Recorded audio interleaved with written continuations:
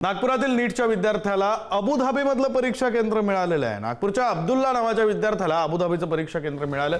राष्ट्रीय परीक्षा संस्थेचा ढिसाळ कारभार पुन्हा एकदा चव्हाट्यावर आलाय। परीक्षा एका दिवसावर असताना या प्रकारामुळे विद्यार्थी आणि पालक चिंतेत आहेत। यापूर्वी या विद्यार्थ्याला नागपूरमध्ये परीक्षा केंद्र मिळालेलं होतं, मात्र एनटीएने या सर्व पर्यायांना बगल देत केराची टोपली दाखवत त्याला थेट परदेशातील केंद्र दिलं। या गोंधळानंतर पालकांनी तातडीने एनटीएच्या हेल्पलाईनवर तक्रार नोंदवली।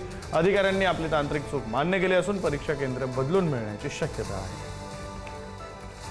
नागपूरच्या विद्यार्थ्याला थेट अबुधाबीमध्ये परीक्षा सेंटर मिळालेलं आहे। नीटचा हा विद्यार्थी आणि त्या विद्यार्थ्याचे वडील आपल्यासोबत आहेत, मोहम्मद तालिब सर। जेव्हा हे प्रवेश पत्र तुमच्या हातात मिळालं, धक्कादायक होतं तुमच्यासाठी पण, कुटुंबासाठी पण आणि तुमच्या मुलासाठी पण। ऍडमिट कार्ड डाउनलोड केल्यानंतर जेवढी आम्ही पाहायला अबुधाबीचा आहे, एकदम सर्व आमचे घरचे लोक शॉक मध्ये गेले आणि माझा मुलगा रडत होता की आता माझं 1 वर्ष गेलेलं आहे। मग मी माझे दोस्त फ्रेंड लोकांना मी फोन केला, त्यांनी सांगितलं की हेल्पलाईन नंबरवर फोन करा आणि आपली तक्रार नोंदवा।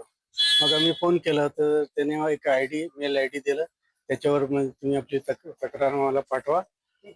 तक्रार आम्ही पाठवली, त्याच्यानंतर त्यांचा फोन आला की आम्ही आज 4 वाजेपर्यंत नवीन हॉल तिकीट तुम्हाला इश्यू करतो। तुम्ही तक्रार केलेली आहे, कधीपर्यंत ती तक्रार सॉल्व्ह करण्याचं सांगण्यात येते?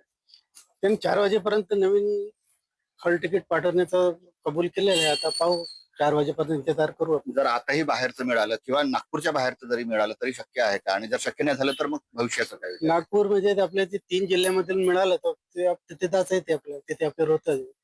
परंतु समजा मुंबईचं दिलं तर मग नाही होणार, किंवा पुण्याचं दिलं तर नाही होणार। फक्त हे 3 जिल्ह्यामध्ये दिलं तर आम्ही अटेंड करण्याचा प्रयत्न करू।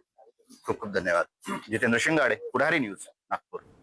या बातमीसह बुलेटिनमध्ये इथेच थांबतोय। ताज्या बातम्यांसाठी पाहत रहा पुढारी न्यूज।